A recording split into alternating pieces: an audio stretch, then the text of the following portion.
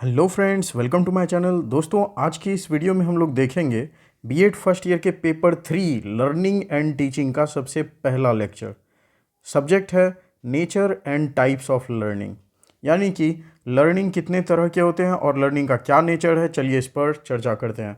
Define learning and discuss the nature and types of learning.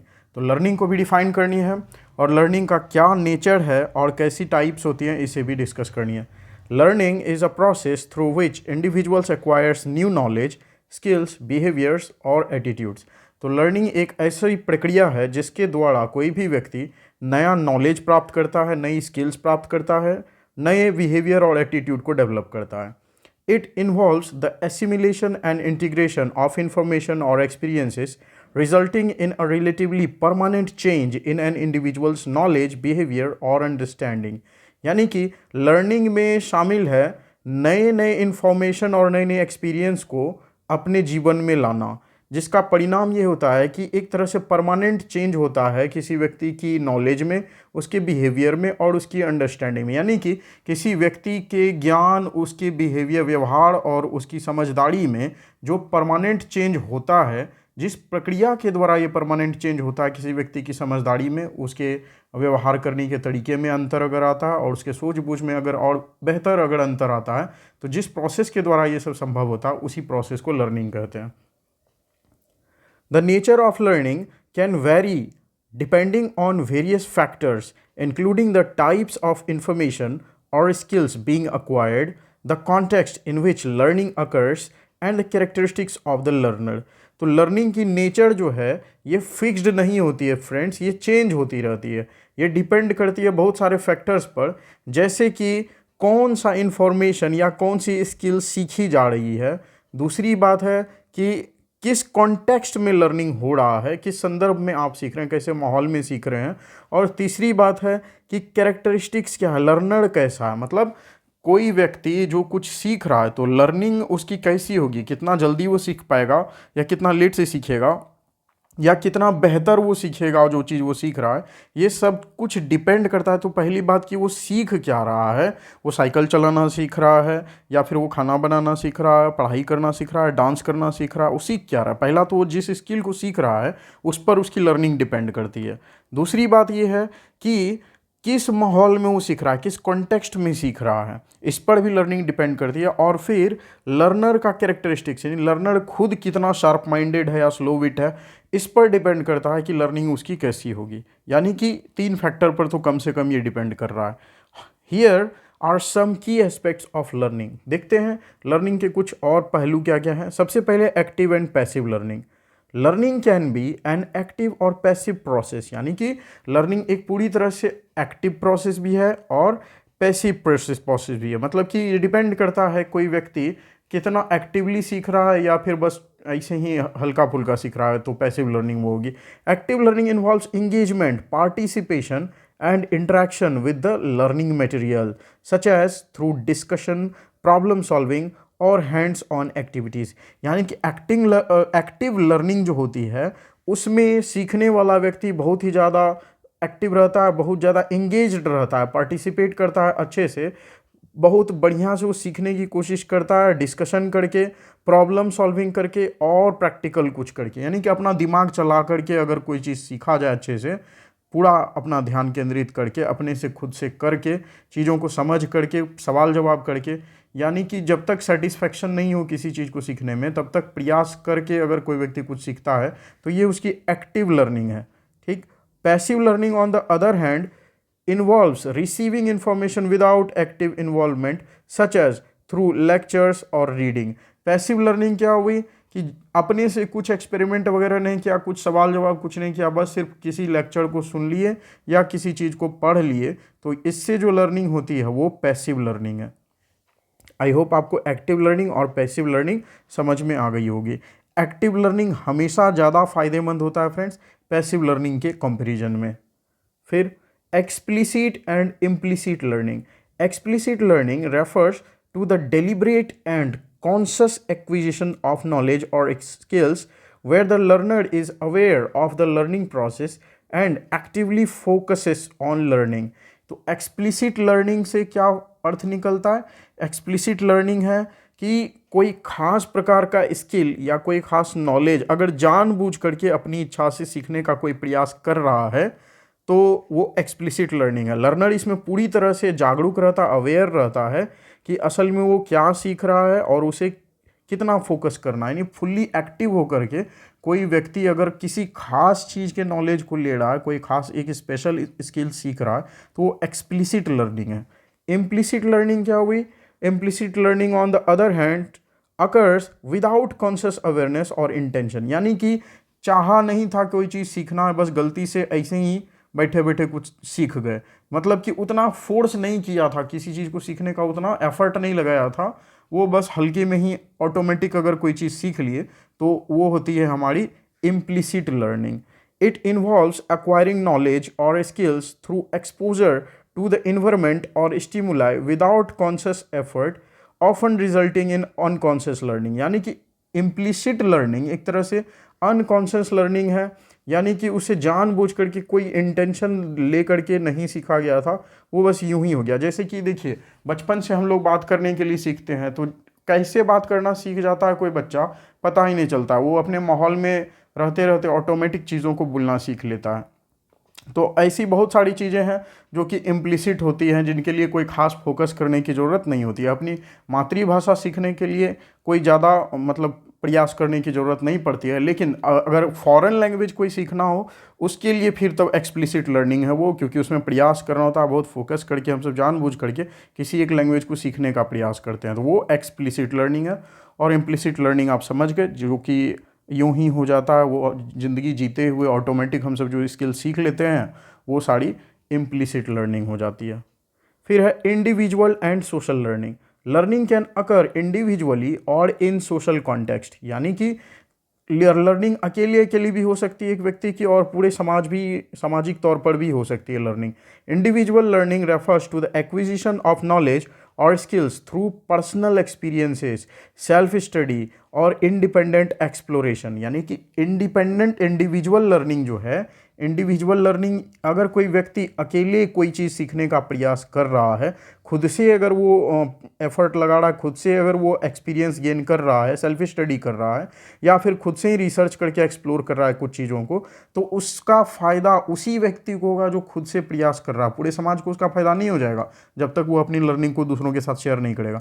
तो इस तरह से जो लर्निंग होती है उसको कहते हैं इंडिविजुअल लर्निंग, ठीक, यानी कि अकेले अकेले होने वाली learning. Social learning on the other hand takes place through interactions with others such as observing, imitating और collaborating with peers, teachers और mentors। और सोशल लर्निंग जो है वो अकेले करने की चीज़ नहीं होती है, इसमें वो सारे नॉलेज, वो सारे बिहेवियर सीखने की बात होती है जो कि अकेले आदमी कर ही नहीं सकता है। तो सोशल इंटरेक्शन की जहाँ पर बात होती है, किसी की नकल करके अगर कोई चीज़ सीखना है, ठीक, किसी को ध्यान से देख करके उसकी नकल करके उसके साथ मिल करके कोई काम करके अगर कुछ सीखना होता है, जैसे दोस्तों के साथ बात करके कुछ सीखते हैं, टीचर्स के साथ क्लासरूम में सीखते हैं, या फिर कोई मेंटर जो हमें गाइड करते हैं किसी चीज़ के लिए, तो ये इसमें कोई व्यक्ति अकेला शामिल नहीं है। इस तरह की लर्निंग में दो चार लोग आपस में शामिल होते हैं, तो दैट्स वाई ये सोशल लर्निंग हुई। तो इंडिविजुअल लर्निंग और सोशल लर्निंग भी आई होप आपको समझ में आ गया होगा। नेक्स्ट है cognitive and behavioural learning. Cognitive learning involves the acquisition of mental processes including understanding, reasoning, problem solving and information processing. यानी कि कॉग्निटिव लर्निंग क्या चीज़ है? वो सारी लर्निंग जिसमें हमारे बुद्धि का ज़्यादा यूज होता है। जैसे कि जब हम कोई मेंटल प्रोसेस अपना करते हैं, किसी चीज़ को समझने का जब प्रयास करते हैं, अगर हम सब किसी चीज़ में तर्क करते हैं, अगर सवाल जवाब करते हैं, वहाँ पर भी हमारा क्या होता है? कॉग्निटिव लर्निंग हो रहा है। प्रॉब्लम सॉल्विंग अगर हम कर रहे हैं, किसी समस्या का समाधान करने का प्रयास कर रहे हैं, वो भी कॉग्निटिव लर्निंग ही है। या फिर किसी कॉम्प्लेक्स इंफॉर्मेशन को प्रोसेस करने की कोशिश कर रहे हैं, उसको समझने की कोशिश कर रहे हैं, उसको एनालाइज करके उसका निचोड़ निकालने की कोशिश कर रहे हैं, तो इसमें भी कॉग्निटिव लर्निंग ही होती है। It emphasises the development of knowledge structures, concepts and mental representations. यानी कि कॉग्निटिव लर्निंग से हमारा नॉलेज स्ट्रक्चर और बूस्ट होता है और ज़्यादा डेवलप होता है, हमारे कॉन्सेप्ट्स और ज़्यादा मॉडिफाइड होते हैं, और हमारा मेंटल रिप्रेजेंटेशन भी और पहले से ज़्यादा स्ट्रांग होता चला जाता है। बिहेवियर लर्निंग क्या हुआ, also known as conditioning. Behaviour learning एक तरह से कंडीशनिंग होती है, किसी एक खास कंडीशन में हम सब जैसा बिहेव करते हैं वो बिहेवियर लर्निंग का पार्ट होती है।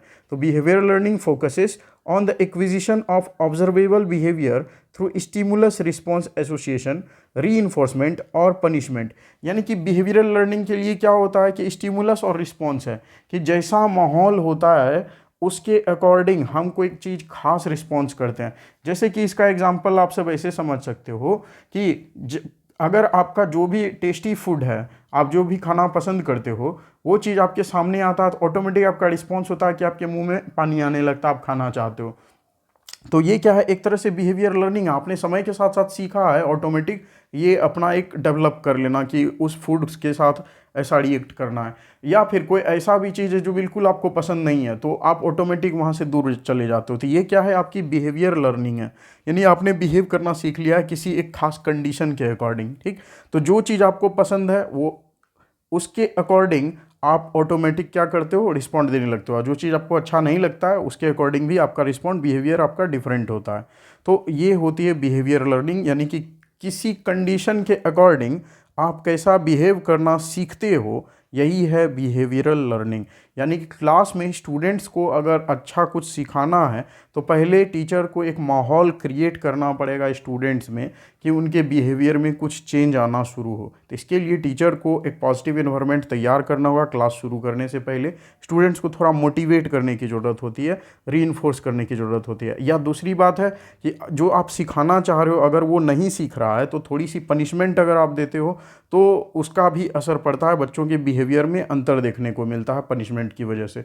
उसे ज़्यादा पनिश नहीं करना है, बहुत हार्श पनिशमेंट नहीं, लेकिन बच्चों को अगर पनिशमेंट का एक थोड़ा सा आभास रहता है कि नहीं अगर मैं ऐसा नहीं करूँगा तो फिर मुझे पनिश किया जाएगा पेरेंट्स के द्वारा या फिर टीचर्स के द्वारा, तो ऑटोमेटिक बच्चे उन सारी हरकतों को नहीं करेंगे जो कि उनको नहीं करना चाहिए, और वो ऑटोमेटिक आप जो अच्छा चीज़ सिखाना चाह रहे हो बच्चा उस तरफ ही आएगा। तो ये सब कुछ होता है स्टिमुलस रिस्पॉन्स के तहत, ये बिहेवियरल लर्निंग है। फिर है, और इसी को एक तरह से कंडीशनिंग भी कहा गया है। बिहेवियरल लर्निंग में एक कंडीशन आप क्रिएट करते हो तब जाके वो एक खास टाइप का बिहेवियर करना सीख पाता है, चाहे कोई बच्चा हो या फिर कोई और। फिर है formal and informal learning. Formal learning occurs within structured environment like schools, universities or training programs where specific learning objectives are defined and instructional methods are employed।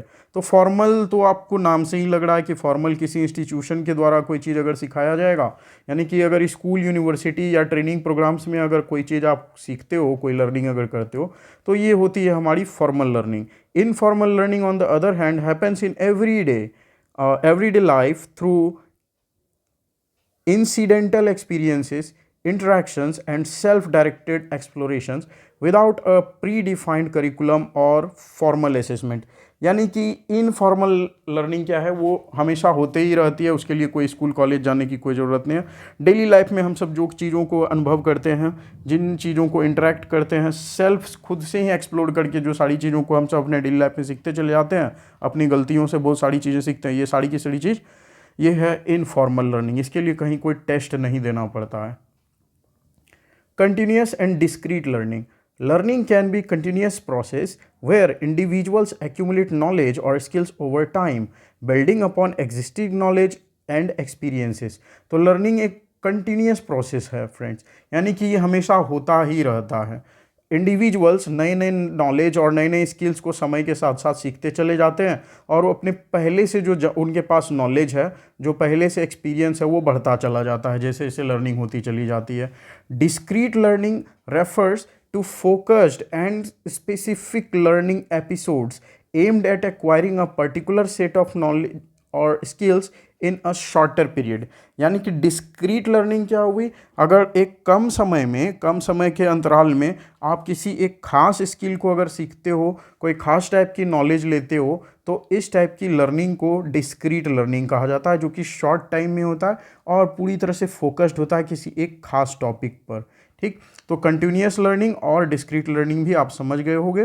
Continuous learning एक ब्रॉड सेंस में होता है, यानी आप continuously नई नई चीज़ों को सीखते चले जाते हो और अपनी नॉलेज बढ़ाते चले जाते हो। ये कंटिन्यूस लर्निंग है, लाइफ लॉन्ग प्रोसेस है, होता रहता है। और डिस्क्रीट लर्निंग कम समय में एक खास शॉर्टर इंटरवल ऑफ पीरियड, जैसे कि साल भर में आपने क्या नया सीखा, तो ये सब कुछ जिसको आप सीखना चाहते थे। सपोज आप म्यूज़िक में गिटार बजाना प्ले करना चाहते थे और आपने एक साल उसमें प्रयास किया, तो साल भर में आपने जो चीज़ सीखा, स्पेशली आपने फोकस किया किसी एक पर्टिकुलर गिटार बजाने पर, तो वो आपकी डिस्क्रीट लर्निंग होती है। तो एग्जाम्पल से मैंने इसे समझाने का प्रयास किया। It's important to note that these types of learning are not mutually exclusive, and learning experiences often incorporate elements from multiple categories। तो ये बात ध्यान देने वाली बात है कि हमने अभी जितने भी टाइप्स के लर्निंग को अभी डिस्कस किया, वो सब एक्सक्लूसिव नहीं है, एक दूसरे से अलग अलग नहीं है, आपस में सब कनेक्टेड है। लर्निंग एक्सपीरियंसेस किसी एक व्यक्ति का बहुत सारे एलिमेंट्स पर डिपेंड करता है और इसकी बहुत सारी कैटेगरीज हैं। The understanding and application of these types of learning depend on the specific learning goals, the subject matter and the individual's learning style and preferences। तो ये सारी टाइप्स ऑफ जो लर्निंग हमने देखी, इन सब की अंडरस्टैंडिंग जो है, इनकी समझदारी और इनका अपने लाइफ में कैसे आप यूज़ करोगे, ये सारी चीज़ डिपेंड करता है कि आप क्या चीज़ सीख रहे हो, स्पेसिफिक क्या आपके लक्ष्य है, सीखने के पीछे का आपका गोल क्या है, आप कितने कॉन्शियस होकर सीख रहे हो, क्या सीख रहे हो, सब्जेक्ट मैटर क्या चीज़ है, और आप किस स्टाइल से सीख रहे हो, और आपका प्रेफरेंसेस क्या, आपका इंटरेस्ट किस चीज़ में सीखने में। तो इस पर डिपेंड करता है आपकी क्वालिटी ऑफ लर्निंग, आपकी टाइप्स ऑफ लर्निंग। इस वीडियो में इतना है friends. Thank you for watching this video.